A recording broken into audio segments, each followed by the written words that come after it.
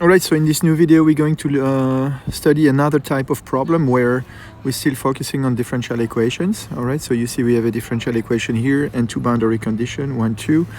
And the specificity of the problem here is that the problem is perturbed, the equation itself is perturbed with a small perturbation that affects the term with the highest degree in the derivatives. And as we will understand in a few minutes, this is something that actually translates the occurrence of a boundary layer. Okay, and why is it the case? This is probably not too hard to understand if we first focus on the unperturbed problem. And so if you want to focus on the unperturbed problem,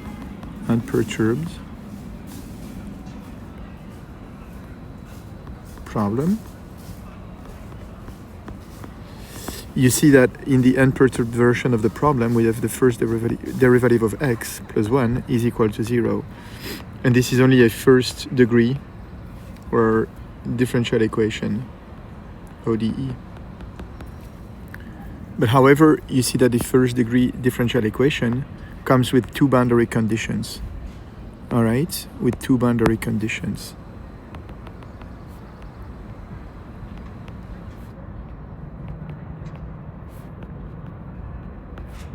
And so unless we are quite lucky with the two boundary conditions, for instance, just use one and observe that the other boundary condition is satisfied, or vice versa. So unless we are lucky, there's no way, of course, to solve a first degree differential equation with two boundary conditions. All right, so this means there might be some issues in solving that kind of problem, at least when we look at the unperturbed problem. And so maybe the best way to understand when this is a first touch with problems involving boundary layers, the first way to get a sense of what's happening here is to have a look at the actual or the exact solution of the problem. In this case, this is something that is that we can easily derive because this is a linear differential equation with constant coefficients. But of course, you should imagine later that the problems you want to solve are problems involving all sorts of nasty nonlinearities, and it might be a bit more tough to solve them. All right, so meanwhile, this is not too much cheating, just trying to get a sense of what the exact solution is. Exact solution. And to get the exact solution of the problem, we should write the characteristic polynomial corresponding to that equation. And so this one is written e times z squared plus z plus 0 because there's no f function involved is equal to 0.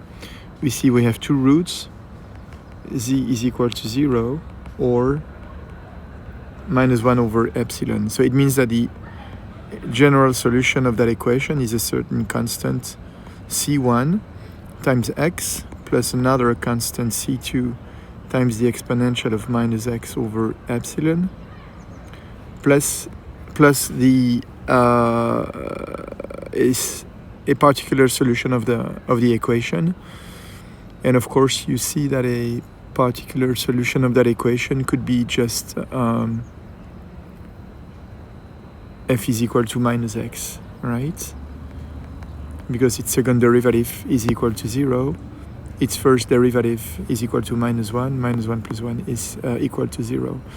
And so the two constants of integration, C1 and C2, they need to be determined now based on the boundary conditions. All right? And so you see in this problem that if we'd like to sketch it, I can sketch the actual solution of this equation here. Its x is running from 0 to 1. And if you plot this function here, function is equal to 1 over there and is equal to 0 over here. And if you plot different solutions of that equation for different values of epsilon, this is what you would observe. Fx exact as a function of epsilon. All right, this is just obtained by plotting the actual solution of the problem for different values of epsilon. And if you increase the value of the small number, so put it larger and larger, you would observe that the solution of the equation smoothens out and tends to become something like this. And if you take it smaller, it would become like this. And so what we do observe in this area over here, coming back to the solid blue line again here, what we do observe in this area is an area which has first a short extent. So I mean x should not be too large. Let me just write for the moment is of order epsilon. Of course, we'll need to justify a bit later why this is the size of the boundary layer. And in this zone, you see that we have large gradients, large changes in the function f, which are such that we can quickly move away from the boundary condition. All right, and so this zone here with large gradients is called the boundary layer, which is very, very similar to the boundary layers we know in fluid mechanics. In fact, because they correspond to the same type of equations where the highest derivatives are multiplied by small quantities. And we see that in those areas, the large gradients are just there in order to make sure that the leading order solution, so the solution of the unperturbed, which will be called soon the outer, can not only satisfy one boundary condition, but it's there to make sure it can satisfy another boundary condition. All right? And so if we acknowledge here that the yellow area is called the boundary layer, this is called the boundary layer.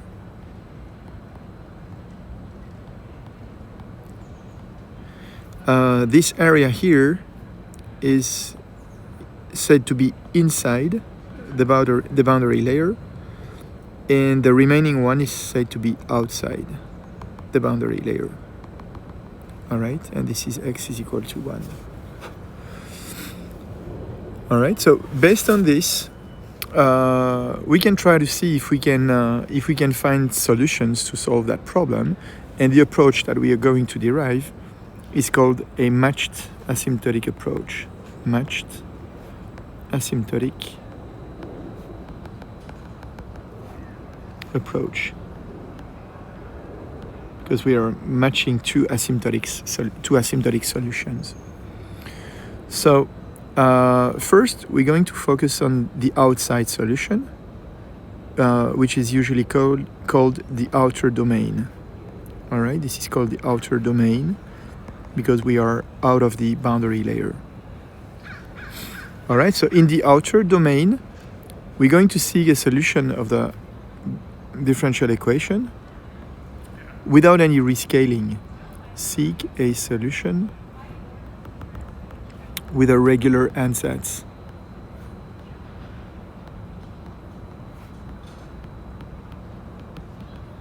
So we're just going to substitute f by f0 plus epsilon f1, and so on and so on. All right, and so if we do this, then we substitute this in the original equation. Try to keep both on the same screen.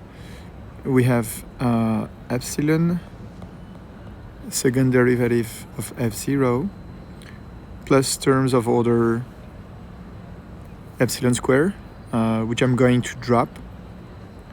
Then first derivative of f0 plus epsilon f1 prime plus 1 is equal to order epsilon square. In the boundary conditions, we have two boundary conditions, f0, 0 plus epsilon f1 of 0 is equal to 0, and we have the same at 1 plus f1 1 is equal to 1. All right, so at leading order, the governing equation is first derivative of f0 plus 1 is equal to 0, with boundary conditions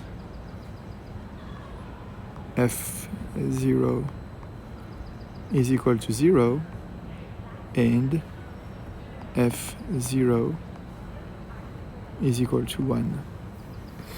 All right, so we have a first degree differential equation, first order ordinary differential equation. We need to solve it with one boundary condition, and we need to choose which boundary condition we need to use in order to solve it. Of course, at this stage, we cheated a little bit, so we know that the boundary layer is on the left, and because we are focusing currently on the outer domain, which is outside the boundary layer, the boundary condition that we want to use is the boundary condition on the right, because the boundary layer is on the left, all right? And so momentarily, we're going to forget about this boundary condition, all right? And so we're going to use the second one to solve the problem, all right? In passing, you see that at leading order, of course, we have this term actually has dropped, right? Because this is the unperturbed problem, and we are just left with these two terms, all right, in the leading equation. And so this means that in the outer domain, the different physics that are involved in the problem are those corresponding to these two terms, all right? So it means that in the outer domain here, we have a balance between first derivative of x and 1, all right? They do balance each other, and the second derivative of x is something that should not be too large, can be of order 1, let's say, so that this quantity is indeed something much smaller, all right? So we have a balance here between the last two terms of the differential equation. Okay, we can solve it now, if we want to solve it now. First derivative of x is equal to minus 1, of f is equal to minus 1. So f is a constant minus x. We use the initial condition. f0 is equal to 2 minus x. And which satisfies indeed the boundary condition. All right, and if you want to plot that equation there, let's use a different color. This is just a line that passes through the point 1, 0, and here the intercept is supposed to be 2, all right? So my graphical representation is probably not so much accurate, but this is how it looks like. All right, and then you see indeed that this solution is not bad, not too bad. All right, there will be some numerical simulations a bit later with accurate representation to just figure out that this is not too bad indeed, and especially the solution of the exact solution of the differential equation is very near the outer domain solution in the outer domain, and this is definitely what we were aiming for. We could have a look at the first correction, but that's not something we're going to use right on. That's something we'll do in later exercises when we would like to add more terms in the asymptotic solutions. All right, but though we can write the equation, that's not bad as an exercise, and you will see that the second derivative of f0 plus first derivative of f1 is equal to 0. That's what we want to solve. Okay, so we would bring this to the right hand side, and as boundary conditions, we have on the left again something that we won't use, which is f1 is equal to 0, and on the right we have the f1 of 1 is equal to, watch out, not equal to 1. All right, this is a trap. It's not equal to 1. This is 1 plus 0 times epsilon. So it means that f1 should be balanced with 0, and f1 of 1 is equal to 0. All right, solve this, and then it provides a second term in the solution, and this one can be added to the leading order solution. All right, but that's not something super specific that is typically done in matching asymptotic problems, where even sometimes we're quite happy with the leading order solution of the problem. All right, so that was for the outer domain. Let's just have a look now at the inner domain. All right, and so the inner domain is where x is a small quantity, epsilon to a certain power, q. Okay, for now, let's just select q is equal to 1. All right, and we will find ways later to make sure we can get the right exponent here for q. And it just says that this is the order of magnitude of the extent of the boundary layer. BL stands for boundary layer. All right, and so what we're going to do here is we're going to use a stretched coordinate. Use a stretched coordinate in order to zoom in the area of interest. All right, and so the new coordinate xi will be such that x is equal to epsilon times xi. I want x to be of order 1, so that xi is something of order epsilon. And so it kind of means that you take a magnifying glass and you want to study the problem only in this area. And that's what we want to do by using this stretched coordinate, or rescale quantity. All right, and so it just means that if I want to just sketch it in a different manner,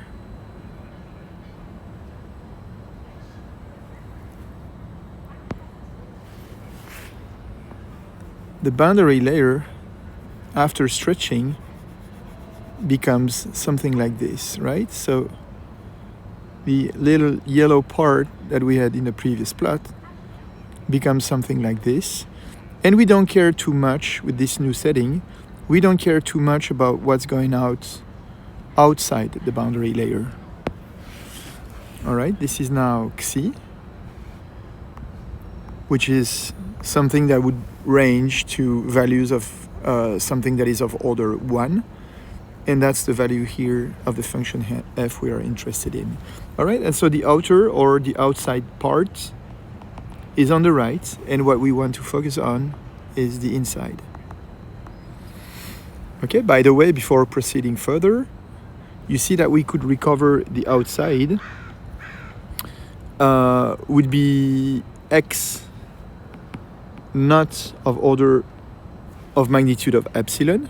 All right, so it means this slash here means that this is not of order of magnitude of epsilon.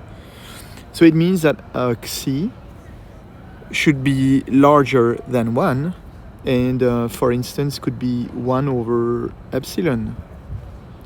All right, and if xi is of order 1 over epsilon, you see indeed that epsilon times xi is of order 1, and this is the value that x can take. And by the way, when x is equal to 1, on the opposite right of the domain, you see that xi is a very large number. All right, but keep in mind we are in a perturbation method course, and so the quantities of interest should be of order 1. And if you can manage to rewrite the problem in such a way that the quantities of interest are of order 1, then everything that is large or that is small compared to that becomes something you don't really focus too much on, at least at leading order. All right, and that's really what we want to do over here. All right, so we're going to find a new unknown of the problem, which could be written in the format g of xi, which is a function f of x rewritten as a function of xi. All right, which means in fact that this is f as a function of epsilon xi. All right, so that's the best way to rewrite the problem.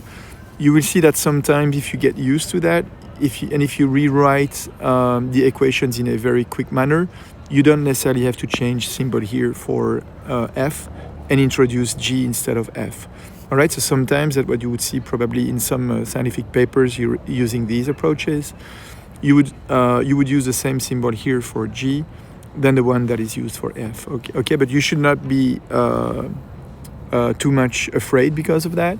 This is just a way of writing. All right, another way to write this is just to say that f of x is nothing but g of x over epsilon. All right, meaning that the first derivative of f with respect to x is a derivative with respect to x of f. I'm going to differentiate with respect to xi, g of xi, and replace xi by x over epsilon, and then differentiate with respect to x over epsilon, which in fact is nothing but 1 over epsilon times first derivative of xi as a function of x. All right, and then for similar reasons, we can differentiate once more, and we get 1 over epsilon square, second derivative of g with respect to x. And then we can rewrite the equation that we need to solve, or we want to solve. That was epsilon multiplied by the second derivative of f. So that's epsilon multiplied by 1 over epsilon square, second derivative of f,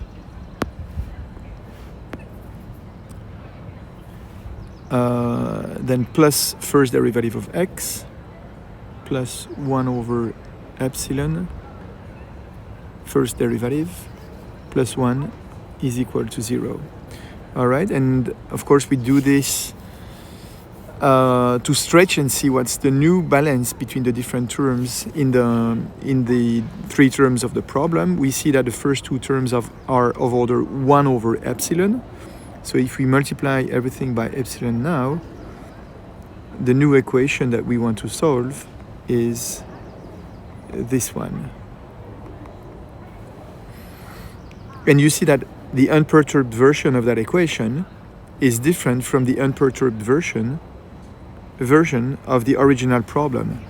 These two terms are the only two terms that enter into play in the unperturbed version of the problem, which means that in the boundary layer, inside the boundary layer, we have a balance between the second derivative of f and the first derivative of f. And these two actually, we observed that they are much larger.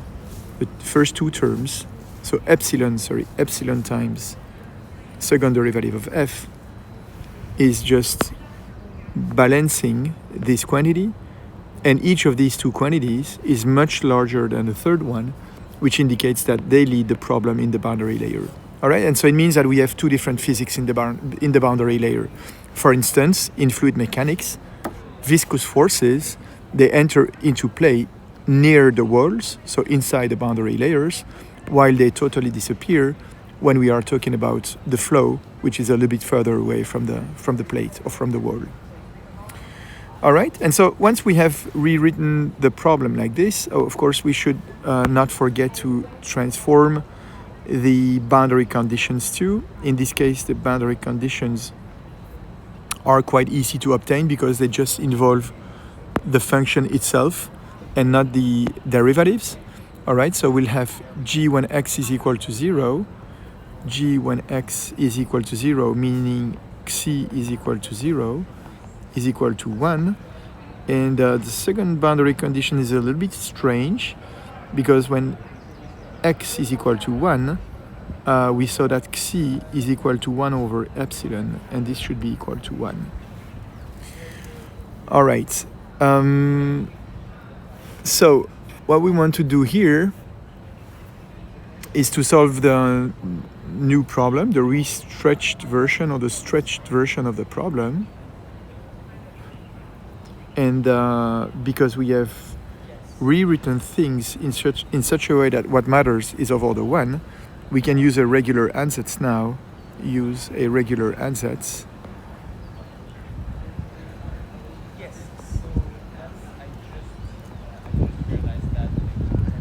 for G.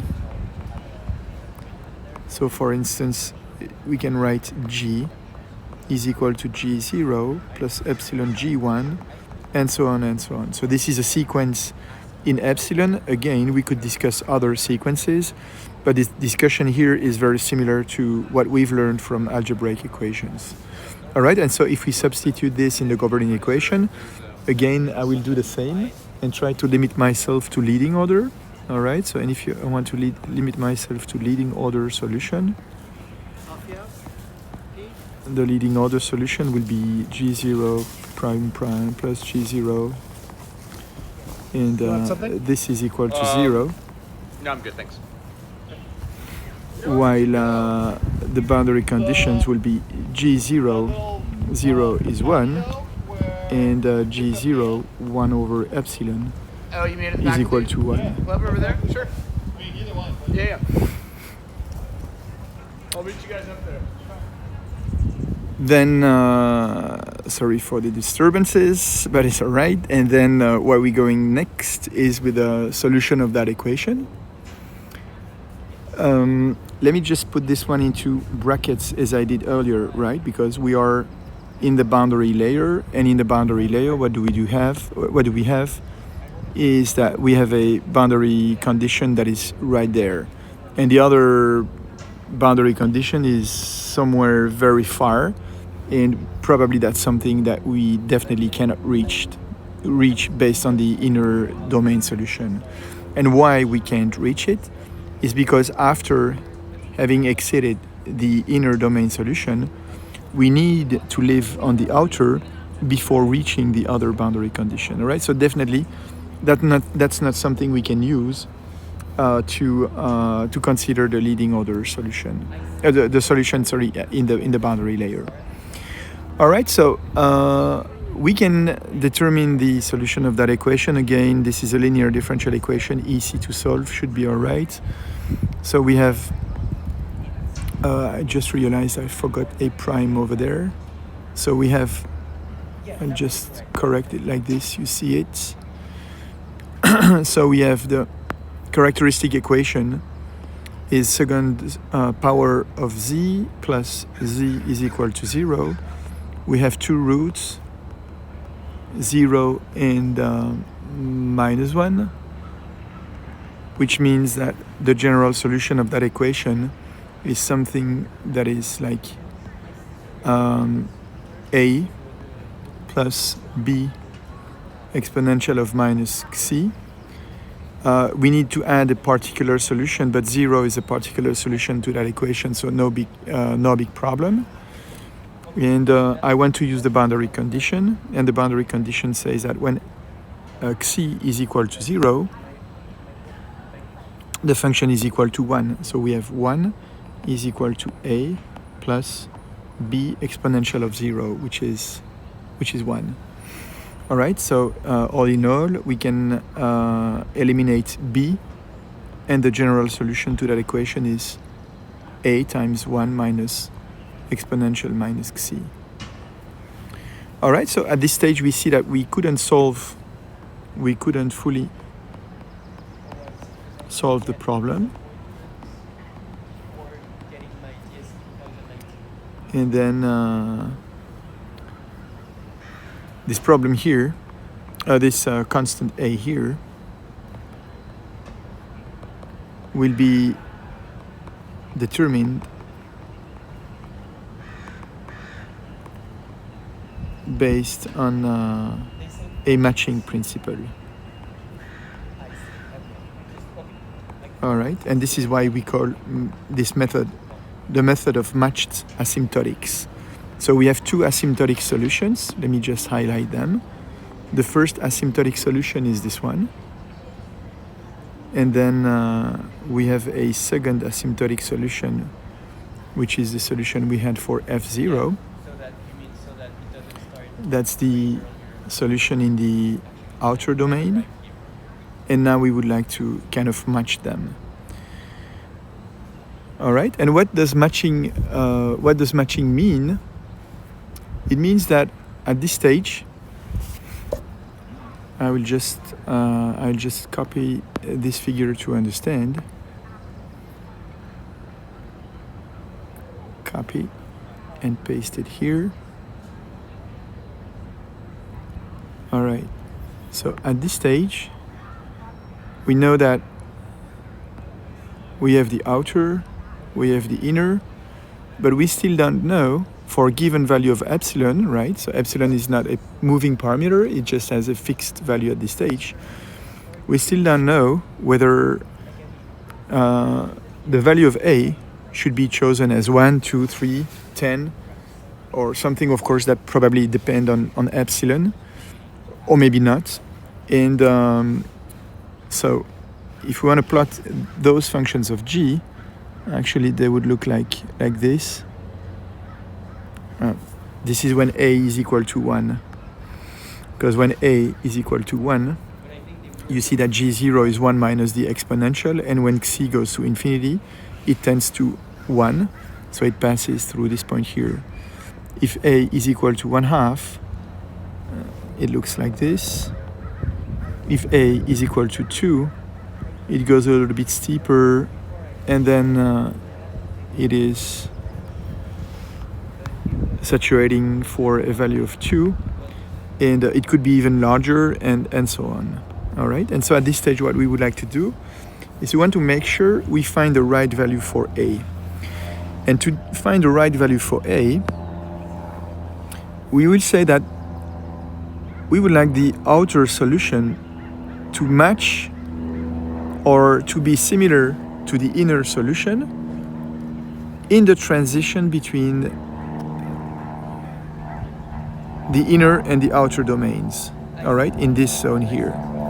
And similarly, so we're going to say, of course, this is an equation, a single equation, so we're going to say that leaving the inner solution here, when we are going to the outer, we would like to make sure that we are reaching something that is compatible or that can be matched with the outer solution. All right, and so in order to write this, there are different ways to work or to do that, but in this simple case, we can use what is called the intermediate coordinate. Use an intermediate coordinate.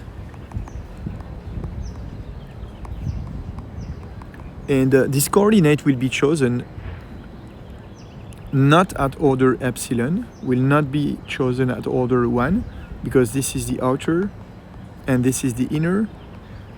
It's going to be chosen somewhere in between, all right? And something larger than epsilon and smaller than 1 is, for instance, square root of epsilon. You could use cubic root, or you could use any other power that is between epsilon to the power 1 and epsilon to the power 0, all right? And so I choose here epsilon to the power 1/2, which is just halfway.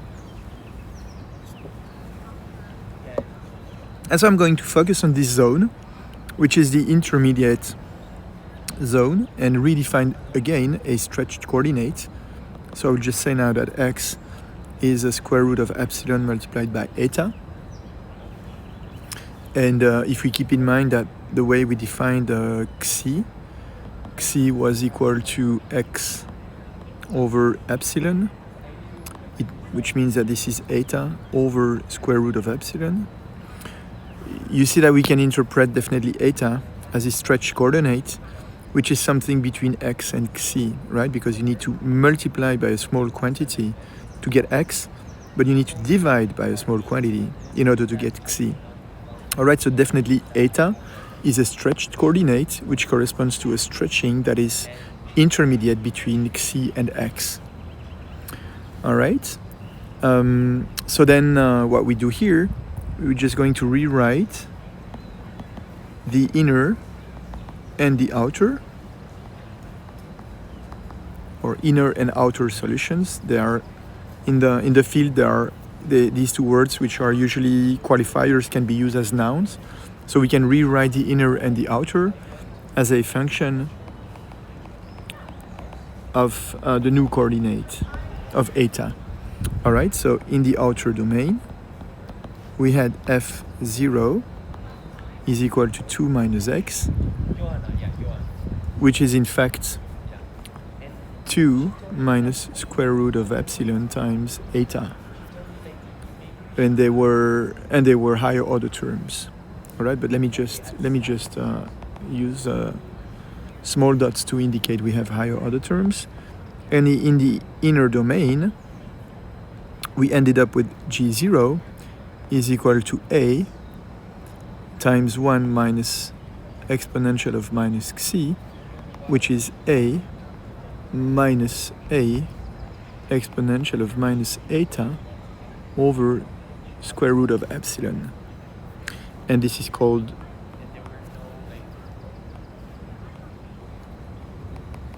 an EST, which stands for exponentially small terms. This one is singular. It's not plural, I mean, so this is an exponentially small term. All right, and so once this is done, then we do the match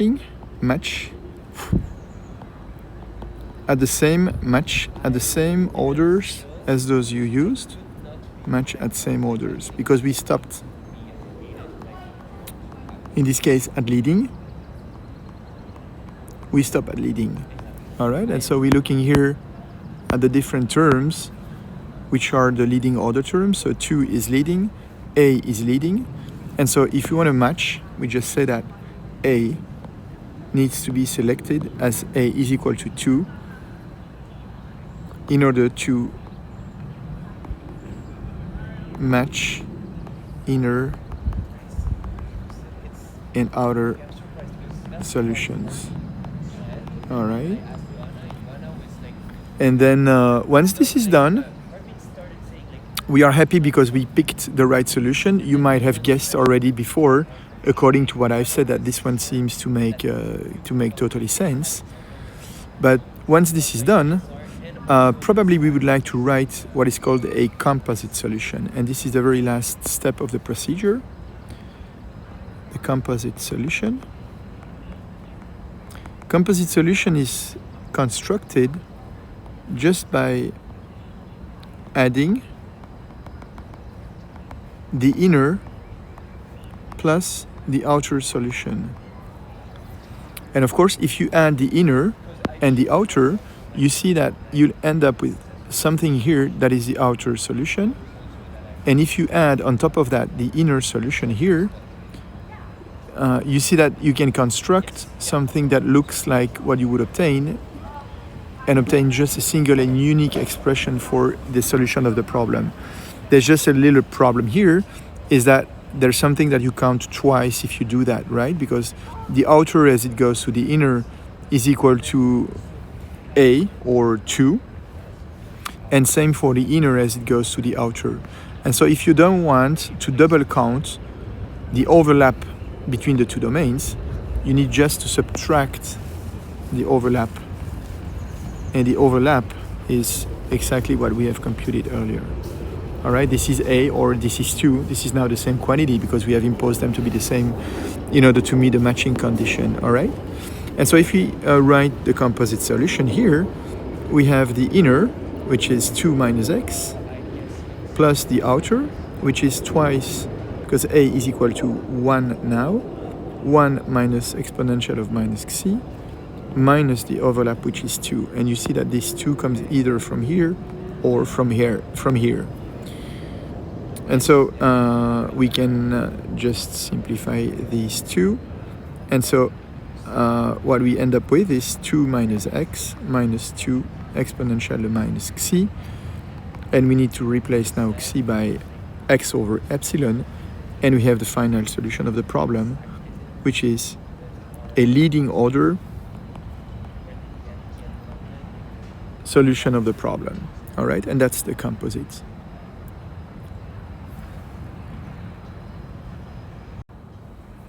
All right, so here, just to finalize, we can illustrate this with a few more accurate representations. All right, so the solution of the original problem here, which I copy-pasted here, second derivative of x plus of f plus first derivative of f plus 1 is equal to 0. We have the two boundary conditions. We want this to be solved for x here, and then that's the exact solution of the problem, all right? Although this is a linear differential equation, it's not too simple, it's not too easy though. Probably this is not the best way to write the solution, though. You see, if you multiply this out over here, this is gonna be simpler. So the solution definitely takes the form, as we wrote earlier, a times x plus b times exponential of minus x over epsilon plus a constant. All right.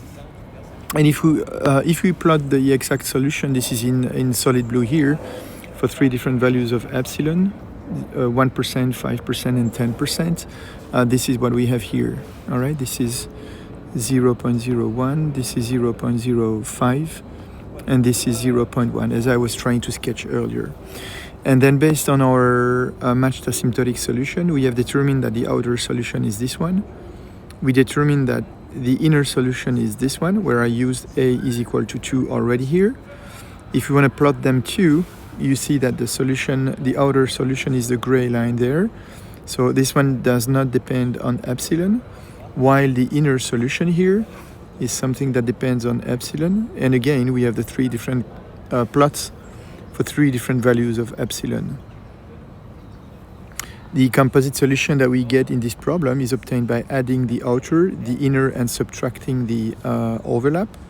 And so we can plot again the composite solution. In this case, you see that the agreement is just perfect in this simple problem. I think the reason why this is the case is that in fact the first correction to the leading, which would be expected of order epsilon, in fact doesn't exist, and the next correction is probably much higher. Okay, this should be checked, but I guess this is the reason why it works. And so even with this very simple linear problem, you see that even if the exact solution of the problem is not too difficult, you see that based on the matched asymptotic methods, we can simplify it drastically. And this is just a way to prove the powerfulness of the powerfulness of the method too, definitely, which is able to simplify expressions and bring them into a format that is much simpler.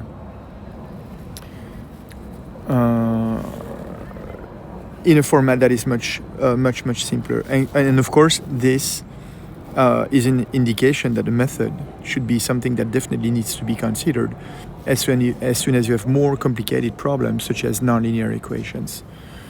All right, so in very short, the highlights of the method were: first, recognize that there is a boundary layer somewhere in the problem. We will see together how we can identify the position of the boundary layer. If it's on the left, could also be on the right, and you will see in other problems that it could be somewhere inside the domain. Could also be on the left and on the right, so that's another option, in which case the outer would be just in between here. We would have a boundary layer here, a boundary layer over there, which means that the outer can't be solved with any of the boundary conditions. We'll see that later. Then we need to discuss what's the extent of the boundary layer. Once this is known, we'll be able to rescale and focus on the inner. So the outer domain is just obtained with a regular expansion as usual. Typically, we truncate at leading order. That's something that usually yields already quite interesting solutions, because you see we combine an outer solution and an inner solution, and we usually are quite happy to having combined these two. In the inner, we use the scaling that we found for the stretched coordinate. That's what we get. We end up with a different balance in the inner. Once the inner is obtained, typically in the inner or in the outer, there will remain some undetermined constants of integrations. There were none here in the outer, because we ended up with a first degree differential equation, and we still had one boundary condition. But it could also happen that there are not enough boundary conditions here in order to fully solve that. So in that case, you would still have a constant of integration there. And that might be that you have constants of integration here. That's what we ended up with in this problem. All right, and so in principle, there should be an extra constant of integration that you determine by means of matching. Right? Matching just says that the limit, when you get out of the outer and go to the inner, should match the limit of the inner as you go to the outer. In this case, we determine the value of that coefficient here based on that matching. And then once this is all done, you want to write a solution which is called a composite solution that combines both the outer and the inner and subtract the overlap in order to obtain a single short and accurate expression, as much as you can, of course, expression of the solution of the problem that is called the matched asymptotic solution. All right, I hope that was clear. There will be plenty more exercises to practice. So keep going in the videos. See you later.